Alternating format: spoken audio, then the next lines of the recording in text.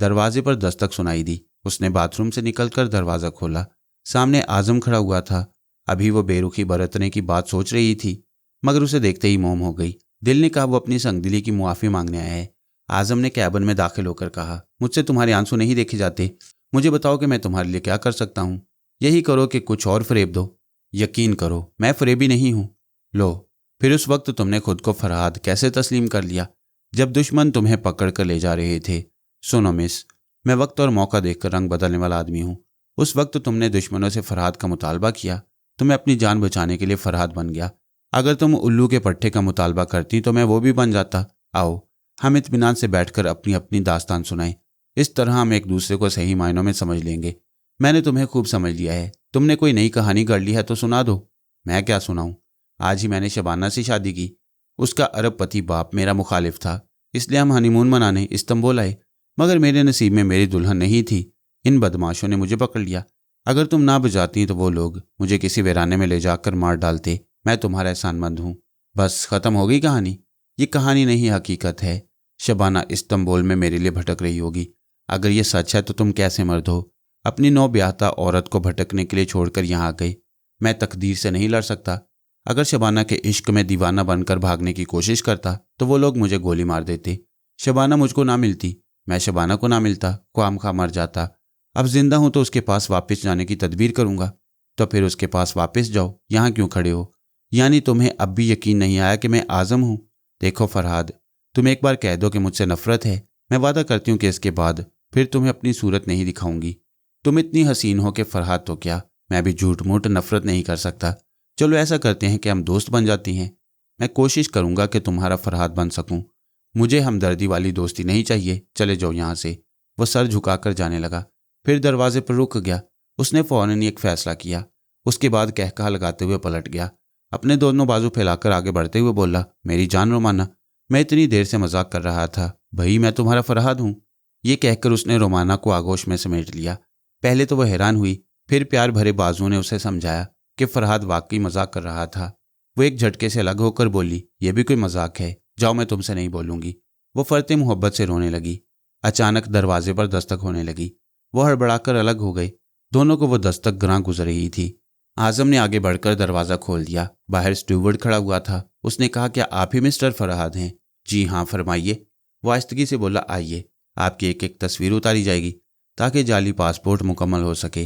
रोमाना ने कहा, जाओ फरहाद, ये काम पहले मुकम्मल हो जाना चाहिए। मैं तुमसे डाइनिंग हॉल में मिलूंगी। वो चला गया। रोमाना को जैसे इस बहरी जहाज में जन्नत मिल गई हो। रूठा हुआ फरहाद मान गया था। वो खुशी से झूमती हुई गुनगुनाती हुई दरवाज़ा बंद करके बाथरूम में गई। वो कैबिन से बाहर आई तो मुसाफिर मर्दों की निगाहें उससे चिपक कर रह गई। औरतें उसे रश्क आमेज निगाहों से देख रही थीं। डाइनिंग हॉल में बड़ी चहल पहल थी। एक जानिब बार के काउंटर पर लोग शराब पी रहे थे। औरतें चंद मर्दों के साथ डांस फ्लोर पर रक्स कर रही थीं। रोमाना को देखते ही कितनी नजरें शबाब के नशा में बहक गईं। एक कद्यावर शख्स हाथ में जाम लेकर उसकी जाने बढ़ा। वो एक मेज के पास बैठ गई। उस शख्स ने मेज पर जाम रखते हुए पूछा, जाने मन, साथ दोगी? रोमाना ने सर उठाकर देखा। वो चेहरे से बेहद खौफनाक लग रहा था। वो बोली, नो सॉरी, मैं अपने बॉयफ्रेंड का इंतजार कर रही हूँ। मेरे होते हुए कौन फ्रेंड बनेगा? आजम की आवाज़ सुनाई दी, भाई मैं हूँ, ख्वामखा गाली क्यों दे रहे हो? जाओ अपना काम करो। वह शराबी के सामने आ गया, लेकिन फिर उसे उल्टे कदमों वापस जाना पड़ा क्योंकि शराबी का एक उल्टा हाथ उसके मुंह पर पड़ा था। रोमाना हैरानी से आजम को देखने लगी। उसे याद था कि फरहाद हैरत अंगेज तौर पर फुर्तेला है। दुश्मन का हाथ चलने से पहले अपने बचाव की तदबीर कर लेता था। फिर आज फरहाद कैसे मार खा गया? आजम ने अपने चेहरे को सहलाते हुए कहा, देखो मिस्टर शराबी, मेरा गुस्सा बहुत खराब है, मैं तुम्हारे हाथ पांव तोड़कर रख दूंगा। शराबी ने कहा, आओ बेटे, मैं मोम का बना हूं, मुझे तोड़ दो। आजम ने अचानक उछलकर फ्लाइंग किक मारी। शराबी मेज पर झुक गया। नतीजा यह हुआ कि आजम उसके ऊपर से गुजरता हुआ दूर फर्श पर जा गिरा। रोमाना का दिल धक से रह गया। पहली बार उसके दिमाग में यह सवाल पैदा हुआ, क्या ये फरहाद है? आजम अपनी कमर को सहलाते हुए उठकर खड़ा हो गया। फिर तंबी के अंदाज में उंगली दिखाते हुए बोला, देखो मेरी आदत है, पहले 2 बार मार खाता हूँ, फिर तीसरी बार पिटाई शुरू कर देता हूँ। शराबी ने कहा, अबे मारेगा भी या दावे ही करता रहेगा? वो आगे बढ़कर घूंसा दिखाते हुए बोला, मारूंगा, मगर मेरा हलक सूख रहा है, थोड़ी सी विस्की दो। शराबी ने अपना जाम बढ़ाते हुए कहा, ले, तू भी क्या याद करेगा कि ड्रागून ने अपना जूठा तुझे पीने दिया? रोमाना तौहीन के एहसास से तिलमिला रही थी। वो बहुत पहले ही ड्रागून से उलझ पड़ती, मगर जिसे फरहाद समझ रही थी उसे तोल रही थी। आजम उससे शराब का जाम लेने के बाद सर झुकाकर शुक्रिया अदा कर रहा था। फिर उसने सर उठाते ही जाम की शराब को ड्रागून की आंखों पर फेंक दिया। वो चीख मारकर अपनी आंखों पर हाथ रखता हुआ पीछे हट गया। शराब उसकी आंखों में आग की तरह जल रही थी। आजम ने उसके पेट पर एक लात मारी। ड्रागून पेट पकड़कर झुका तो उसने मुंह पर घूंसा रसीद किया। वो डकराता हुआ पीछे एक मेज से टकरा गया। आजम आगे बढ़कर उसे ठोकरों पर रखना चाहता था, लेकिन रोमाना दरमियान में आ गई। हट जाओ रोमाना, इस वक्त मैं बहुत गुस्से में हूँ। मैं जानती हूँ, लेकिन जब दुश्मन जवाबी हमला करने के काबिल ना हो उस पर हाथ नहीं उठाना चाहिए। चलो उधर बैठो। वो दोनों एक मेज के अतराफ आकर बैठ गए। उस वक्त तक डाइनिंग हॉल में अच्छी खासी भीड़ लग गई थी। दो बदमाश किस्म के आदमी ड्रागून को सहारा देकर ले जा रहे थे, क्योंकि उसकी आंखें बदस्तूर बंद थीं। आजम ने फखर से कहा, तुम लड़की हो ना, मारपीट से घबरा गई, कोई बात नहीं, अब वो आएगा तो तुम कैबिन में चली आना। रोमाना बोली, हाँ फरहाद, तुम तो जानते हो कि मैं बहुत ही कमज़ोर दिल की लड़की हूँ, कोई आंख दिखाता है तो डर जाती हूँ। वह हंसते हुए मेज़ पर हाथ मारकर बोला, अब डरने की ज़रूरत नहीं, जब तक फरहाद तुम्हारे साथ है कोई तुम्हें आंख नहीं दिखा सकता। रोमाना अपनी जगह से उठकर उसके सामने खड़ी हो गई। फरहाद, मैं इस लिबास में कैसी लगती हूँ? वह चारों तरफ घूमकर खुद को हर जाविये से दिखाने लगी। आजम ने कहा, इस पतलून और बुनियान में गजब ढा रही हो, बस ऐसे ही लिबास पहना करो। लेकिन तुम लेडी सारा को ऐसे लिबास में पसंद नहीं करते थे। अरे वो लेडी सारा को मारो गोली, उसका जिस्म कैसा भद्दा सा था, पतलून पहनकर कार्टून लगती थी। तुम अपनी बात करो। रोमाना एक गहरी सांस लेकर बैठ गई। फिर वो बैरे को बुलाकर खाने का ऑर्डर देती हुई बार बार आजम को देखती रही। वह हैरान थी कि ऐसे भी हमशक्ल होती हैं कि उनमें ज़रा भी फ़र्क नहीं होता। अगर इसकी आदत मुख्तलिफ ना होती तो मैं इसे फरहाद समझकर अपना सब कुछ हार जाती, मगर नहीं, मैं खुद ही धोखा खा रही थी। इसने तो पहले ही फरहाद बनने से इनकार किया था। उसके सोचने के दौरान जहाज़ का कैप्टन उनके पास आकर बैठ गया। वो बहुत घबराया हुआ था। उसने कहा, मिस्टर फरहाद, आप नहीं जानते कि मिस्टर ड्रागून कितने खतरनाक हैं। मुझ जैसा जिम्मेदार अफसर भी आपको उनके कहर से नहीं बचा सकेगा। आजम ने पूछा, अच्छा, उस भैंसे से डरने की कौन सी ऐसी बात है? मिस्टर, आपने उसे आंखों से मजबूर कर दिया। अभी वो डॉक्टर के पास गया है, वापस आकर खुद ही बताएगा कि वो किस तरह हड्डी पसलियां तोड़ना जानता है। रोमाना ने कहा, यह सरासर गुंडागर्दी है। आपका फ़र्ज़ है कि ऐसे लोगों को कानून के हवाले करें। मोहतरमा, आपके फरहाद साहब गैर कानूनी तौर पर सफ़र कर रहे हैं। इसलिए एक गैर कानूनी बात और बता दूं कि मिस्टर ड्रागून एक बदनाम स्मगलर हैं। इस जहाज़ के मालिक को अपनी दौलत और ताकत से खरीद रखा है। समुंदर के सीने पर जब तक जहाज़ चलता रहता है, यहाँ मिस्टर ड्रागून की हुकूमत रहती है। मिस्टर फरहाद, वो आपको समुंदर में फेंक देगा और किसी को खबर ना होगी। जिन्हें खबर होगी वो खौफ से जुबान नहीं खोलेंगे। आजम ने कहा, फिर तो उसे निमटने की कोई तदबीर करनी होगी। कैप्टन ने कहा, सिर्फ एक ही तदबीर है, आप थोड़ी देर के लिए कहीं छुप जाएं। वो यहाँ आएंगे तो रोमाना साहिबा उनसे मुआफ़ी मांग लेंगी। मिस्टर ड्रागून हुस्न परस्त हैं, मेरा मतलब आप लोग समझ गए होंगे। अब मैं जाता हूँ। वह चला गया। आजम ने मुठ्ठियाँ भींच कर कहा, नॉनसेंस, मुझे समझा कर गया है कि मैं तुम्हें रिश्वत के तौर पर पेश करूँ। मैं बेगैरत नहीं हूँ, उसका सर तोड़ दूंगा। रोमाना ने कहा, ड्रागून का सर बहुत मजबूत है। बैरा मेज़ पर खाने की डिशें रखने लगा। आजम ने कहा, तुम मुझे ताव दिला रही हो। मैं तुम्हें ताव दिलाकर तुम्हारी टूट फूट देखना पसंद नहीं करूंगी। जल्दी से खाने के बाद मेरे कैबिन में जाकर आराम करो। मैं ड्रागून से मुआफ़ी मांग लूंगी। मैं तुम्हें तन्हा नहीं छोड़ूंगा, वरना वो तुम्हें मुआफ़ करने के लिए अपने कैबिन में ले जाएगा। बकवास मत करो। लेकिन उसे खाना नसीब नहीं हुआ। डाइनिंग हॉल में अचानक भगदड़ मच गई। हॉल के दाखिली दरवाजे पर ड्रागून एक पहाड़ की तरह खड़ा हुआ था। डाइनिंग हॉल खाली हो गया। आजम उठकर खड़ा हो गया। रोमाना बैठी रही। ड्रागून ने आगे बढ़कर आजम को सुरख अंगारों जैसी आंखों से देखते हुए कहा, मैं ये मेरे साथी तुम्हें हाथ लगाना अपनी तौहीन समझते हैं। मैं चाहता हूं कि तुम खुद ही मर जाओ। उसके हवारियों ने इशारा पाकर शराब की 4 बोतलें लाकर आजम के सामने मेज़ पर रख दी। ड्रागून ने कहा, तुमने धोखा देकर मेरी आंखों में शराब फेंकी थी। अब तुम बोतलें खोलकर उस वक्त तक पीते रहो जब तक कि तुम्हारा दम ना निकल जाए। तुम्हारे बहकने के लिए मैदान साफ कर दिया गया है। रोमाना जानती थी कि फरहाद शराब को हाथ भी नहीं लगाता, लेकिन उसने देखा कि आजम ने बोतल खोलकर पीना शुरू कर दिया। चंद घूंट पीने के बाद वो बोला, मिस्टर ड्रागून, ये ना समझना कि मैं धौंस में आ गया हूँ। मेरी आदत है कि पहले मुफ्त के 2 पैग चुपचाप पी लेता हूँ, फिर तीसरे पैग का बिल दुश्मनों की जेब से अदा करता हूँ। ड्रागून ने रोमाना से तंजिया सवाल किया, तुमने किस बुज़दिल मस्करे को अपना यार बनाया है? रोमाना अपनी जगह से उठकर ड्रागून से ज़रा दूर चंद कदम के फासले पर खड़ी हो गई। फिर बोली, मिस्टर, मस्करे को उसके हाल पर छोड़ दो। ये हमारा तुम्हारा मामला है। अगर तुम मुझे हासिल कर लो तो सारा झगड़ा ख़त्म हो जाएगा। वो कह कहा लगाकर बोला, मालूम होता है मेरी असलियत मालूम हो गई है। इसीलिए खुद को पेश कर रही हो। हाँ, मुझे मालूम है कि तुम समुंदर की छाती पर हुकूमत करते हो। इत्तफाक से मैं समुंदर की बेटी कहलाती हूँ। आजम ने नशीली जुबान से पूछा। अच्छा, तो तुम्हारे बाप का नाम समुंदर है? किसी ने उसकी तरफ तवज्जो नहीं दी। ड्रागून ने आंखें सुकेड़ कर पूछा, लड़की कौन हो तुम? मुझे छूकर देख लो, मोम हुई तो पिघल जाऊंगी, आग हुई तो जला डालूंगी। वो एक कसाई की तरह मुस्कुराता हुआ आगे बढ़ा। वो लड़की से शोला बन गई, जिम्नास्टिक के करतब दिखाती हुई भड़कते हुए शोले की तरह ड्रागून के अतराफ चकराने लगी। वो हैरानी से देख रहा था। गजब का लचकता हुआ बदन था, गजब की फुर्ती थी। बंदूक की गोली की तरह सनसनाती हुई गुजरती थी, ठाएं ठाएं जैसे गोली चलती हो। वैसे ड्रागून के मुंह पर यके बाद दीगरे 2 ठोकरें पड़ी। फिर हप हप की आवाज के साथ वो दूर जाकर कमर पर हाथ रखकर खड़ी हो गई। चंद लम्हों के लिए एकदम से सन्नाटा छा गया। ड्रागून की नाक से खून बह रहा था। उसके साथियों ने रोमाना की जानिब बढ़ना चाहा, मगर उसने हाथ उठाकर कहा, नहीं, कोई से हाथ ना लगाए। सुनो लड़की, मेरे एक दोस्त रोजू ब्रांडू ने एक बार मुझे बताया था कि उसकी लड़की जिम्नास्टिक के करतब दिखाती हुई दुश्मनों के छक्के छुड़ा देती है। क्या तुम लेडी सारा हो? हाँ, मैं रोजो ब्रांडो उर्फ समुद्री उकाब की बेटी लेडी सारा हूँ। लेकिन हूँ नहीं थी। पापा के मरने के बाद मैंने स्मगलिंग का धंधा छोड़ दिया है। अब शराफत की जिंदगी गुजार रही हूँ। बेहतर है कि मेरे रास्ते में ना हो। इस मस्करी को माफ़ कर दो और अपने धंधे से लगे रहो। ड्रागून ने संजीदगी से कहा, अफसोस, तुम्हारा बाप मर गया। वो बिलाशुबा उकाब था। हम सब उसके नक्शे कदम पर अब तक चल रही हैं। उसकी दोस्ती के नाते तुम मेरी बेटी हो। आज से तुम मुझे पापा कहा करो। उसने रोमाना के करीब आकर उसके शानों पर हाथ रखा, फिर झुककर उसकी पेशानी चूम ली। रोमाना अपना रुमाल निकालकर ड्रागून की नाक से बहने वाले लहू को पहुंचती हुई बोली, पापा।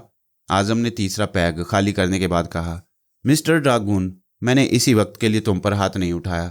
मैं जानता था कि तुम रोमाना के दूसरे पापा हो। वैसे रोमाना, बुरा ना मानना, बाप एक ही होना चाहिए। यू शट अप, पीना छोड़ दो और ये खाना खत्म करो। वो लोग मेज़ के अतराफ बैठ गए। ड्रागून रोमाना से बातें करता रहा और उसे दोबारा समुद्री उकाब की जैसी जिंदगी गुजारने का मशवरा देता रहा। रोमाना ने कहा, मुझे सिर्फ एक शख्स की तलाश है। मैं उसे जीतकर सारी दुनिया हारना चाहती हूँ।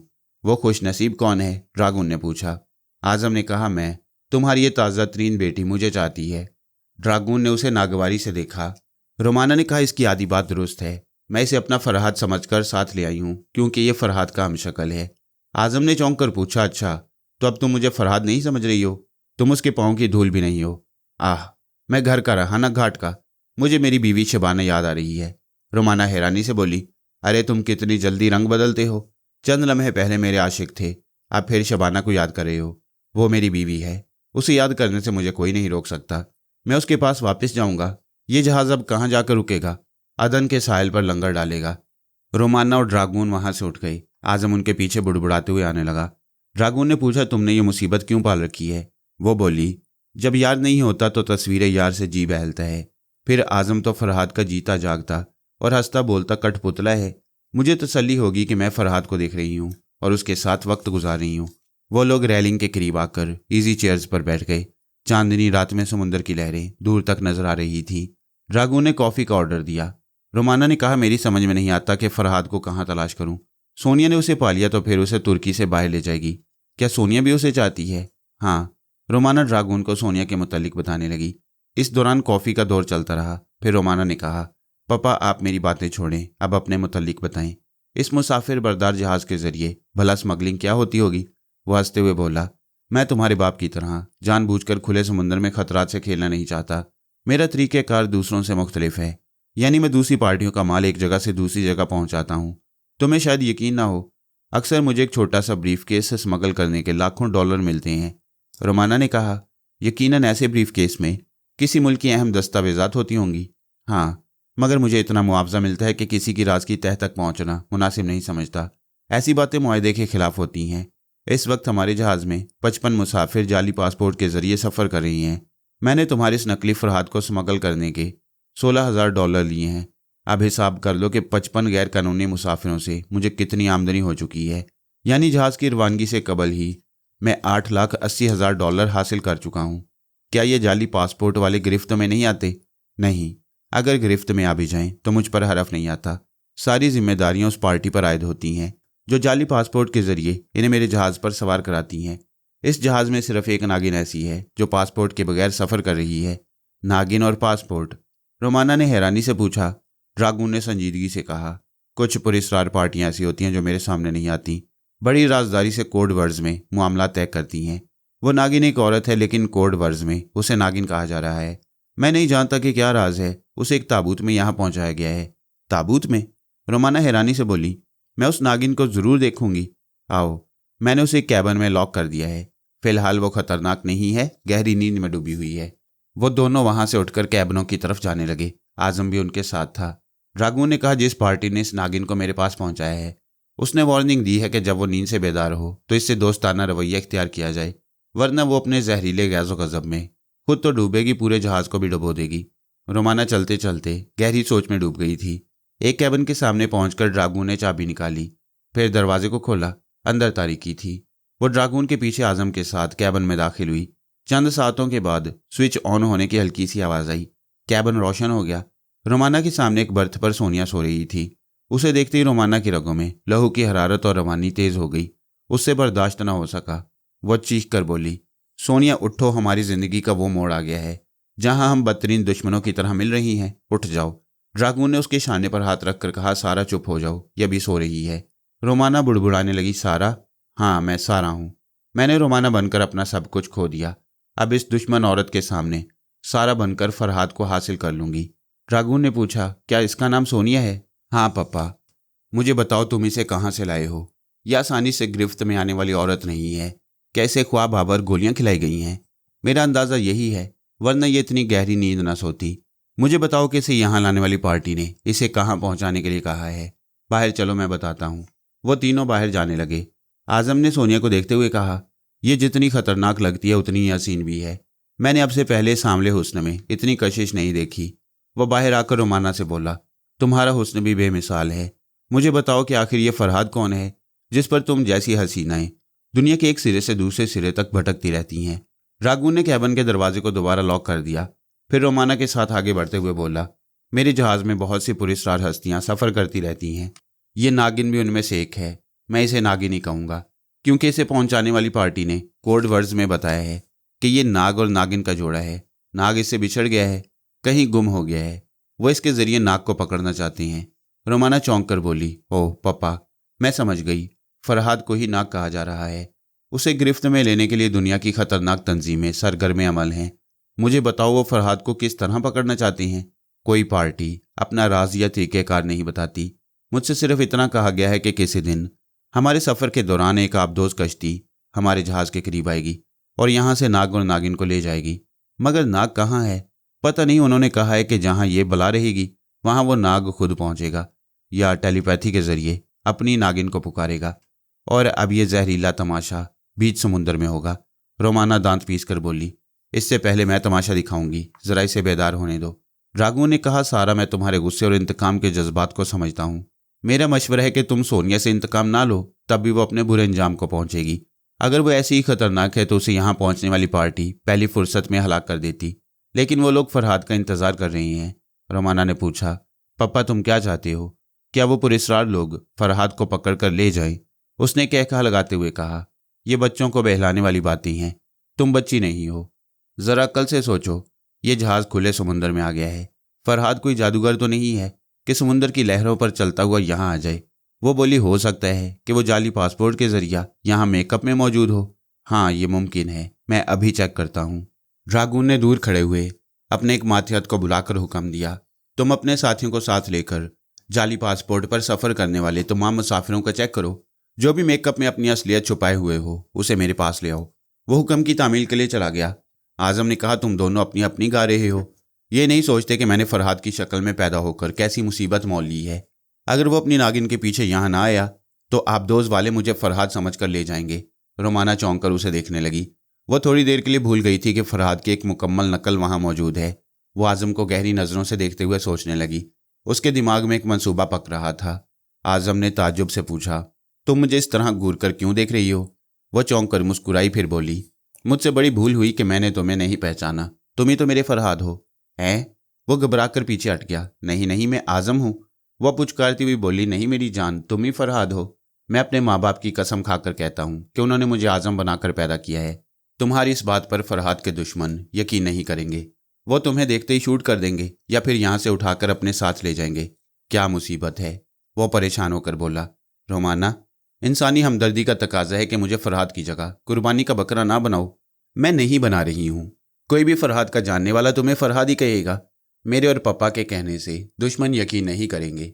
आजम आगे बढ़कर ड्रैगून से इल्तिजा करने लगा, मिस्टर, आप चाहें तो मुझे इतने बड़े जहाज में कहीं छुपा सकते हैं या फिर मेकअप का सामान मुहैया कर दें, मैं रूप बदल लूंगा। रोमाना ने कहा, नहीं आजम, तुम अपने असली रूप में रहोगे। इस जहाज में सिर्फ एक हस्ती है जो तुम्हें दुश्मनों से बचा सकती है और वो है सोनिया। तुम मुझे बहला रही हो, वो तो खुद कहती है वो मुझे कैसे बचाएगी। आजम, तुमने सुना नहीं पापा थोड़ी देर पहले क्या कर रहे थे? जिस पुरस्कार पार्टी ने सोनिया की नींद से फायदा उठाकर उसे यहाँ पार्सल किया है, खुद उस पार्टी का बयान है कि सोनिया नींद से बेदार हो तो उसके साथ दोस्ताना रवैया इख्तियार किया जाए, वरना वो अपने जहरीले गैज़ो गजब से खुद को डुबो देगी और सारे जहाज को भी डुबो देगी। आजम ने ऊपर नीचे सर हिलाते हुए कहा, हाँ, उसे तो देखते ही पता चलता है कि बड़ी खतरनाक है। रोमाना मुस्कुराकर बोली, सिर्फ खतरनाक ही नहीं, हसीन और पुरकशिश भी है। तुम कैबिन में खुद ही कह रहे थे। हाँ, ये बात भी है। उसे देखकर दिल धड़कने लगता है। सांप की जेल बड़ी खूबसूरत और चिकनी चिकनी होती है, मगर उसके जहर से बचना पड़ता है। अगर तुम नाग बन जाओ तो वो नागिन तुम्हें कभी नहीं डसेगी, बल्कि तुम्हारे लिए जान की बाजी लगा देगी। लेकिन मैं फरहाद कैसे बन सकता हूँ? सिर्फ सूरत एक जैसी हो, कद्दो कामत एक हो तो बात नहीं बनती। तुम लोगों की बातों से पता चलता है कि फरहाद बहुत ही ज़हीन, बासलाहियत और ख़तरनाक आदमी है, जिसे दुनिया की खतरनाक तंजीमें गिरफ्त में लेना चाहती हैं। मैं ऐसा तो नहीं बन सकता। तुम ऐसे ना बनो तब भी फरहाद का रोल अदा कर सकते हो। सुनो, फरहाद टेलीपैथी जानता था, लेकिन एक दुश्मन औरत ने उसे जड़ी बूटियों का रख पिलाया है कि उसके दिमाग से ख्याल ख्वानी की सलाहियतें धुल गई हैं। लिहाजा तुम फिलहाल ऐसे फरहाद हो जो टेलीपैथी की सलाहियतें खो चुका है। आजम ने कहा, अजीब बात है, मैं भी टेलीपैथी सीख रहा था, मगर क्षमा बीनी की मशकें अधूरी रह गईं। रोमाना ने डांट कर कहा, तुम अधूरी मशकों की बातें ना करो। अब यही कहते रहो कि तुम ख्याल ख्वानी के माहिर थे, मगर ये सलाहियतें खो चुके हो। क्या ऐसा कहने से दुश्मन मुझे जिंदा छोड़ देंगे? तुम दुश्मनों की परवाह ना करो, सिर्फ सोनिया का दिल जीत लो, फिर वो तुम्हें दुश्मनों से जीत लेगी। तुम्हें रफ्ता रफ्ता मालूम होगा कि वो किस तरह फरहाद के लिए खतरनाक तंजीमों से लड़ती आई है। लेकिन सोनिया अगर मुझसे माजी की बात पूछे या अपने ताल्लुकात का जिक्र छेड़ दे तो मैं क्या जवाब दूंगा? सिर्फ एक जवाब दोगे, और वो ये कि तुम्हारी याददाश्त कमज़ोर हो गई है। देवी रसवंती ने तुम्हारे दिमाग से टेलीपैथी की सलाहियतों को मिटाने के लिए जो दवाई पिलाई थी, उसके असर से अब तुम्हारा दिमाग इस कदर कमज़ोर होता जा रहा है कि तुम माजी की हर बात भूलते जा रहे हो। सिर्फ एक सोनिया तुम्हें याद रह गई है। आजम ने दोनों हाथों से अपने सर को थाम कर कहा, मुझे सचमुच ऐसा लग रहा है कि मैं सब कुछ भूल गया हूँ। मैं आजम हूँ, मैं फरहाद हूँ, खुदाया मैं क्या हूँ। शाबाश, रोमाना ने कहा, अगर इस तरह पागल बन जाओ तब भी मेरा मकसद पूरा हो जाएगा। आजम ने पूछा, तुम्हारा मकसद क्या है? ड्रैगून ने सख्त लहजे में कहा, तुम मकसद ना पूछो, जो कुछ कहा जा रहा है उस पर अमल करो। वो बेबसी से बोला, ये तो ज़बरदस्ती है, जुल्म है। बकवास मत करो। इस लम्हा से तुम कभी खुद को आजम नहीं कहोगे, वरना मेरे आदमी तुम्हें उठाकर समुद्र में फेंक देंगे। बोलो, इस तरह मरना चाहते हो या सोनिया के आशिक बनकर जिंदा रहने का एक चांस लेना चाहते हो? वो शिकस्त खुर्दा लहजे में बोला, इंसान उम्मीद पर जीता है। मैं फरहाद बनकर चांस लूंगा, शायद सोनिया मुझे दुश्मनों से बचा ले। ड्रैगून ने कहा, अब अकल आई है। गौर से सुनो, सोनिया के बेदार होने के बाद जब भी उसे तुम्हारा सामना होगा, मेरे मुसल्ला आदमी कहीं ना कहीं मौजूद रहेंगे। जैसे ही तुम सोनिया को अपनी हकीकत बताओगे, वो तुम्हें गोली मार देंगे। मैं कभी अपनी असलियत जाहिर नहीं करूंगा, ठीक है? ड्रैगून ने अपने एक मातहत को इशारे से बुलाया, फिर उससे कहा, मिस्टर फरहाद को ले जाओ और इसके सोने का इंतजाम कर दो। आजम ने कहा, अगर सोनिया ने पूछा मैं कहाँ था और इस जहाज़ में कैसे पहुंच गया तो मैं क्या बताऊंगा? ठीक है कि मैं अपनी याददाश्त कमज़ोर बताऊंगा, लेकिन याददाश्त ऐसी भी कमज़ोर नहीं होती कि मैं आज शाम की बात भूल जाऊं। वो एक अहम नुक्ता बयान कर रहा था। रोमाना और ड्रैगून सोच में पड़ गई। रोमाना ने कहा, मुझे ये नहीं मालूम कि मुझे खंडरात से भगाने के बाद सोनिया फरहाद से मिल सकी थी या नहीं। जब तक ये ना मालूम हो उस वक्त तक आजम कोई माकूल जवाब ना दे सकेगा। ड्रैगून ने कहा, भाई सीधी सी बात है, ये याददाश्त का चक्कर छोड़ो, इस बनास्पति फरहाद को पागल बना दो। पागल? आजम घबरा कर बोला, नहीं, मुझे पागल न बनाओ, हम तुम्हें सचमुच पागल नहीं बना रहे। रोमाना बोली, पप्पा ये पागल की एक्टिंग करेगा तो जहाज़ के दूसरे मुसाफिर ये कह सकती हैं कि ये आज शाम तक होशमंद था, अचानक ये तब्दीली कैसे आई? बेहतर यह है कि ये बिल्कुल ही याददाश्त गुम होने की बात करे, यानी ये इतना भी नहीं बता सकेगा कि इस जहाज़ में कैसे पहुंचा। जब सोनिया हमसे पूछेगी तो मैं उसे जवाब दे दूंगी। ठीक है, ड्रैगून ने कहा। आजम, अब तुम जाओ। वो ड्रैगून के मातहत के साथ चला गया। सोनिया उसे जाते हुए देखती रही। वो सर से पांव तक फरहाद ही नजर आता था। वो बोली, कुदरत के अजीब तमाशे हैं। एक फरहाद वो पैदा किया है जो ज़हीन, दिलेर और बासलाहियत है, एक ये फरहाद पैदा किया है जो बुज़दिल और अकल से पैदल है। हमारे इशारों पर कठपुतली की तरह नाच रहा है। ड्रागून ने हंसते हुए कहा, सारा, मैं तुम्हारी चाल समझ गया। तुम चाहती हो कि सोनिया इस नकली फरहाद को पाकर मुतमईन हो जाए और तुम्हारे फरहाद के रास्ते में ना आए। हाँ पापा, सोनिया मेरी तरह एक अच्छी फाइटर है। अगर वह फरहाद के लिए लड़ते हुए मुझे शिकस्त दे देती तो मुझे इतना दुख ना होता। मैं इंतकाम लेने के बजाय उसकी दिलेरी की कदर करती, लेकिन उसने मुझे फरहाद की राह से हटाने के लिए रिवॉल्वर का सहारा लिया। क्या असूलन यह गलत नहीं है? बिल्कुल। अगर दो फ्री स्टाइल लड़ने वालों में एक शिकस्त से बचने के लिए रिवॉल्वर निकाले तो यह बिल्कुल असूल के खिलाफ है। दुनिया ये समझती है कि मोहब्बत और जंग में सब कुछ जायज़ है, तो फिर यह भी जायज़ है कि मैं एक नकली फरहाद पेश करके उसे धोखा दूं। वह इस फरहाद को पाकर दुश्मनों के छक्के छुड़ा देगी, या तो इस फरहाद के साथ मर जाएगी, या फिर जिंदा बची तो उसे लेकर मुझसे दूर चली जाएगी। ड्रागून के एक मातहत ने आकर कहा, बॉस, हमने यहाँ के तमाम मुसाफिरों को चेक किया है, कोई भी मेकअप में नहीं। ठीक है। ड्रागून ने जेब से चाबी निकालकर उसे देते हुए कहा, नागिन के कैबिन का दरवाज़ा खोल दो। जब वो बेदार हो तो उसे कैदी होने का शुबा ना हो। तुम दूर ही से उसकी निगरानी करोगे। कोई मसला दरपेश हो तो मुझे खबर करना। मैं सोने जा रहा हूँ। वो मातहत चला गया। रोमाना और ड्रागून बातें करते हुए वीआईपी कैबिनों के पास आए। ड्रागून ने कैबिन का दरवाज़ा खोलकर कहा, यह स्पेशल कैबिन मेरी बेटी के लिए है। तुम्हारा सामान यहाँ पहुँचा दिया गया है। वो अपने पप्पा के साथ कैबिन में दाखिल हो गई। वहाँ आराम व आसाइश का हर सामान मौजूद था। वह थके हुए अंदाज में बर्थ पर गिर पड़ी। इतने में एक मातहत ने आकर ड्रागून से कहा, जनाब, वो फरहाद साहब विस्की तलब कर रही है, क्या उन्हें शराब दे दी जाए? रोमाना परेशान होकर उठ बैठी। उसकी शराब नोशी सारा खेल बिगाड़ देगी।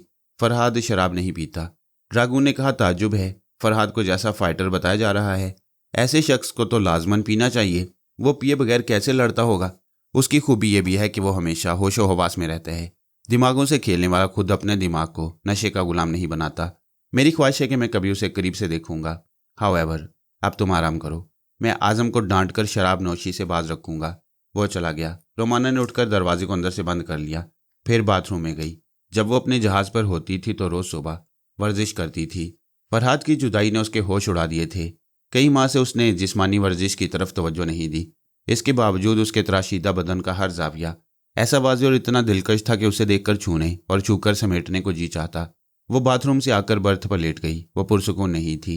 उसके अंदर इज़्तिराब था कि कब सुबह होगी, सोनिया कब बेदार होगी और कब आज़म को फरहाद समझकर अपना लेगी। एक बात का उसे बड़ा दुख था कि फरहाद और सोनिया की जोड़ी दुनिया भर में मशहूर थी।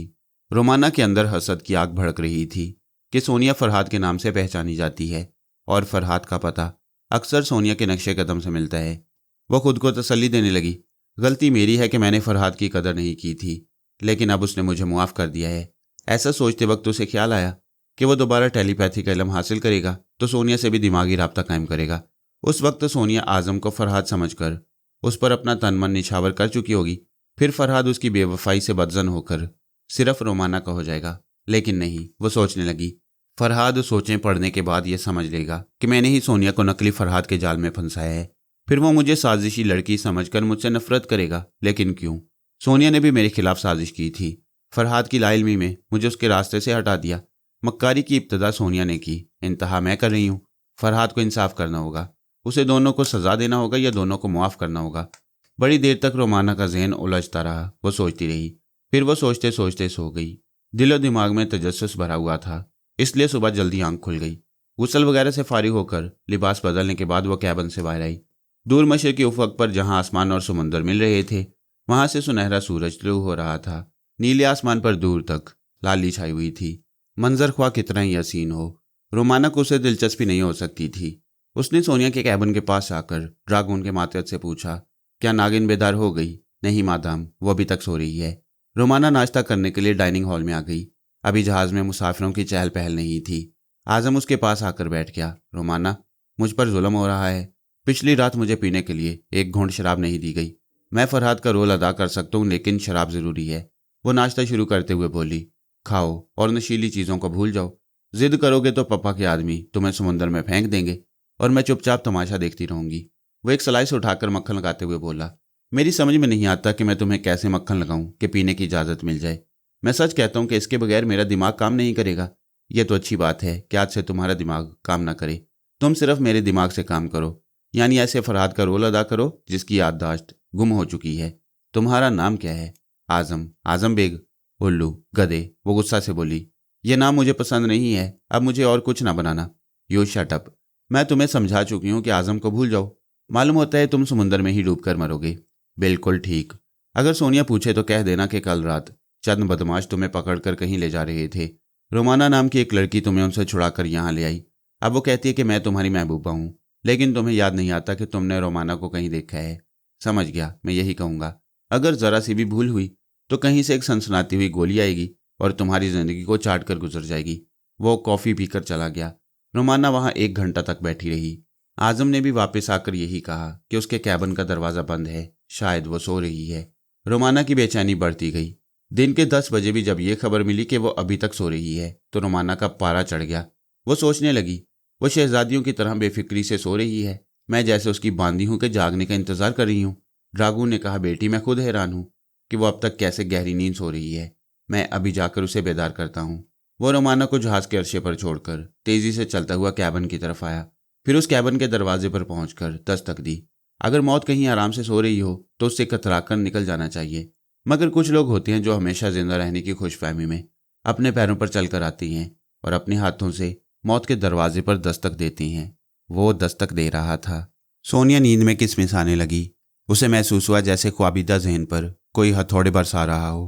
खट खट खट खट। वो आंखें बंद के बुड़बुड़ाई, स्टॉप नॉकिंग यू फूल। लेकिन खट खट की आवाज़ आती रही। उसने आहिस्ता आहिस्ता आंखें खोल दी। पहले तो उसकी समझ में नहीं आया कि वो कहाँ है, ये भी ख्वाब है या हकीकत। वो कैबिन की जिस बर्थ पर लेटी हुई थी, वो बर्थ कभी कभी आहिस्ता आहिस्ता झुकता था, फिर कभी आहिस्ता आहिस्ता उठता था। वो फौरन ही समझ गई कि किसी जहाज के कैबिन में है। वो हड़बड़ा कर उठ बैठी। चश्मे ज़दन में उसे याद आ गया कि कमाल पाशा ने उसे और फरहाद को धोखे से ख्वाब आवर कॉफ़ी पिलाई थी। अगर वो कमाल पाशा के घर में ही सो जाते तो उनकी मौत यकीनी थी। वो उन्हें नींद की हालत में मास्टरों की तंजीम में पहुंचा देता। मगर अब मैं कहाँ हूँ? वो बर्थ से उठकर चारों तरफ देखने लगी। क्या मैं मास्टरों के हत्थे चढ़ गई हूँ? कल रात जिस कमरे में मैं और फरहाद नींद से लड़ रहे थे, वहाँ एक खिड़की से मैंने छलांग लगा दी थी। मेरा इरादा था कि नींद का गलबा ख़त्म करने के लिए कहीं जाकर खट्टी चीज़ खाऊं या लेमन स्क्वाश पीऊँगी, फिर ताज़ा दम होकर फरहाद की मदद के लिए वापस आऊँगी और कमाल पाशा को उसके फ़रेब की सज़ा दूंगी। खिड़की से बाहर छलांग लगाने के बाद कमाल पाशा के एक आदमी से टकराव हुआ, लेकिन मैं उसे ठिकाने लगाकर बाउंड्री वॉल को फलांगती हुई बाहर चली गई। हर लम्हा नींद की गोलियां अपना असर दिखा रही थीं। मुझे याद नहीं कि मैं भागते भागते कहाँ गिर पड़ी। जहाँ भी गिरी थी बस वहीं थक कर सो जाने को दिल चाहा। फिर मैं नींद से हार गई। अब आंख खुलते ही जहाज का कैबिन नजर आ रहा है। मैं यहाँ कैसे पहुँच गई? फरहाद कहाँ छूट गया? क्या मैं फिर दुश्मनों में आ फंसी हूँ? ये सोचते ही उसने एक झटके से दरवाजे को खोला। उसी लम्हा ड्रागून फिर दस्तक देने के लिए हाथ बढ़ा रहा था। सोनिया के हाथ में वो हाथ आ गया। यकबारगी ड्रागून के जिस्म को जबरदस्त झटका पहुंचा। वो जूडो के दाव से गुजरता हुआ कैबिन के अंदर पहुंचकर फर्श पर साहिब फराश हो गया। हाय! वो कराहता हुआ अपनी कमर पकड़कर उठा। सोनिया दरवाजे को अंदर से बंद करने के बाद दोनों हाथ कमर पर रखे खड़ी थी।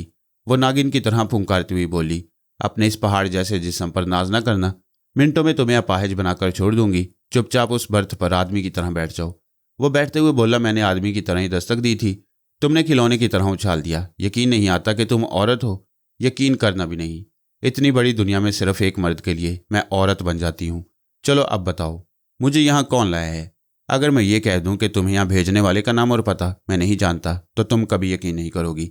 बेहतर है कि तुम पहले मेरे मुतल्लिक सुन लो। मेरा नाम पीलू ब्रांडो है। उर्फ यहाँ मैं ड्रागून कहलाता हूँ। इस जहाज़ का मालिक तो कोई और है, लेकिन खुले समुद्रों में मैं यहाँ का हाकिम बनकर रहता हूँ। स्मगलिंग मेरा धंधा है। स्मगल होने वाले माल में जिंदा और मुर्दा इंसान भी होते हैं। जो पार्टियां मेरे जरिए तुम जैसी औरतें या मर्दों को स्मगल कराती हैं वो मेरे सामने नहीं आती। किसी दलाल के जरिए मामला तय होती हैं। सोनिया ने पूछा, मेरे मामलात किस तरह तय हुए? 4 आदमी तुम एक ताबूत में मेरे पास लाए। मैं एक साली दफ्तर में बैठा था। मैंने कहा, किसी की लाश जहाज़ में नहीं जा सकेगी। उन्होंने बताया कि तुम जिंदा हो मगर गहरी नींद सो रही हो। मेरे मशवरे पर तुम्हें स्ट्रेचर पर डालकर जहाज़ में पहुंचाया गया। यहाँ के डॉक्टर ने जाली सर्टिफिकेट दे दिया कि मरीज़ा सफ़र के काबिल है। इस सिलसिले में मुझे बहुत बड़ी रकम दी गई। मुझे यकीन नहीं आता कि कुछ लोगों ने मुझे यहाँ क्यों पहुँचाया। अगर वो दुश्मन थे तो मुझे वहीं मार डालते। अगर इंसान दोस्त होते तो किसी अच्छी पनाहगाह में पहुँचाकर मेरे बेदार होने का इंतज़ार करते। वो तुम्हारे दुश्मन थे। उन्होंने मुझे तुम्हारा नाम नहीं बताया, सिर्फ कोड वर्ड्स में इतना कहा कि नाग और नागिन एक दूसरे से बिछड़ गई हैं, लिहाजा नाग को पकड़ने के लिए नागिन को जिंदा रखना ज़रूरी है। ओह, सोनिया पुरख्याल अंदाज में बोली, अच्छा तो वो जाने पहचाने दुश्मन हैं। ये बताओ मुझे कहाँ पहुँचाने के लिए कहा गया है? कहीं नहीं। यहीं समुद्र में एक आबदोज नमूदार होगी। उनका ख्याल है कि उस वक्त तक नाग खुद तुम्हारे पास आएगा या तुमसे राब्ता कायम करेगा। फिर वो आबदोज वाले तुम्हें यहाँ से ले जाएंगे। सोनिया ने उसे बेयकीनी से देखते हुए पूछा, तुम्हारी इन बातों में कितने फीसद सच्चाई है? तुम यकीन ना करो, अपने वक्त पर मेरी सच्चाई साबित हो जाएगी। क्या मुझे इस कैबिन में कैद रखा गया है? नहीं, तुम आज़ाद हो, बाहर निकल कर देख लो। तुम कमज़ोर और बुज़दिल नज़र नहीं आते, फिर इतनी आजिज़ी से क्यों बातें कर रहे हो? मैं कारोबारी आदमी हूँ। तुम्हारे सिलसिला में मुझे इसलिए भारी मुआवजा दिया गया है कि आप दोस्त के आने तक मैं तुमसे दोस्ताना रवैया रखूं और तुम्हें कभी गुस्सा ना दिलाऊं। वह चंद सातों तक उसे घूरती रही, फिर पलटकर दरवाजे के पास गई। उसे खोलकर देखा, बाहर कॉरिडोर में कोई नजर नहीं आया। ड्रैगून ने कहा, तुम दूसरों की तरह एक मुसाफिर औरत हो, बाहर जाकर आज़ादी से घूम सकती हो। वो बोली, मेरा लिबास मैला और शिकन आलूद है, क्या यहाँ दूसरा लिबास मिल सकता है? तुम्हें यहाँ भेजने वालों ने तुम्हारा सामान सफ़र भी भेजा है। ऊपर देखो। ऊपरी बर्थ पर एक सूटकेस रखा हुआ था। सोनिया ने उसे नीचे उतार कर खोला। उसमें मुख्तलिफ किस्म के लिबास, सैंडलें, मेकअप का सामान और दूसरी ज़रूरियात की चीज़ें रखी हुई थी। सूटकेस के ऊपरी पॉकेट में एक तय किया हुआ कागज़ रखा था। सोनिया ने उसे खोलकर पढ़ा। लिखा था, सुपर मास्टर की तरफ से ये तोहफा कबूल करो। हम चाहते हैं कि तुम बंद संवर कर खुद को मास्टरों के सामने पेश करो। सोनिया ने उस कागज़ को एक फूंक मारकर उड़ा दिया, फिर बोली, मिस्टर ड्रैगून बाहर जाओ, मैं थोड़ी देर बाद आऊँगी। वह चला गया। सोनिया ने दरवाजे को अंदर से बंद किया, फिर बाथरूम में चली गई। उसे नहीं मालूम था कि बाहर रोमाना या आज़म उसके इंतज़ार में सुलग रही हैं। 1 घंटा बाद जब वो कैबिन से बाहर आई तो शौक रंगों के सूट में खिल रही थी। उसने बड़ी नफासत से हल्का सा सोसाइटी मेकअप किया था।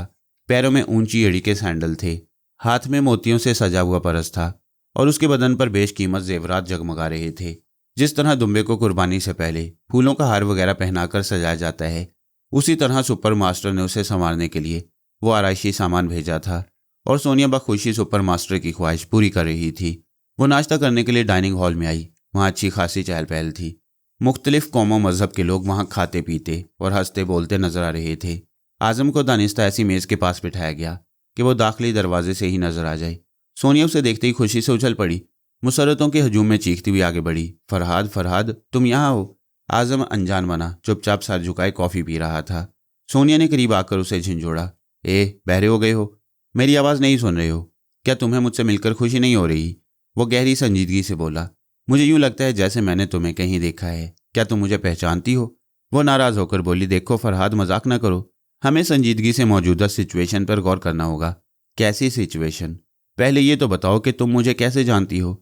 शायद तुम मेरी मुश्किल आसान कर सको। कैसी मुश्किल? मुश्किल ये कि मैं अपने आप को भूल गया हूँ। पिछली रात से सोच रहा हूँ, आईना देख रहा हूँ, मगर खुद को नहीं पहचान रहा हूँ।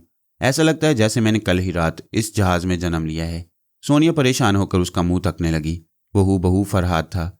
उसने आज़म के शाना पर हाथ रखकर कहा, फरहाद, मालूम होता है दुश्मनों ने फिर किसी तरह तुम्हारा ब्रेन वॉश कर दिया है। वो मुहब्बत और हमदर्दी के मारे उसके गले लग गई। उस वक्त उसका फरहाद उसके लिए एक मासूम बच्चा था जिससे जहानत और टेलीपैथी के तमाम खिलौने छीन लिए गए। वो उसे एक बच्चे की तरह सीने से लगाकर तसल्ली देना चाहती थी, लेकिन चंद लम्हों के बाद ही वो चौंक कर गहरी गहरी सांस लेने लगी, फिर एकदम से अलग हो गई। सूंघने की हैरत अंगेज हिस्स रखने वाली को चौंकना ही था, क्योंकि उसे फरहाद की कोई बू नहीं मिल रही थी। वो परेशान होकर बोली, समझ में नहीं आता कि मैं तुम्हें क्या समझूं, और ये यकीन भी नहीं आता कि फरहाद का एक ऐसा हमशक्ल भी हो सकता है। वो आगे बढ़कर उसके चेहरे को टटोलने लगी, फिर गर्दन पर हाथ ले जाकर महसूस करने लगी कि कहीं आज़म ने फरहाद का मास्क न पहना हो।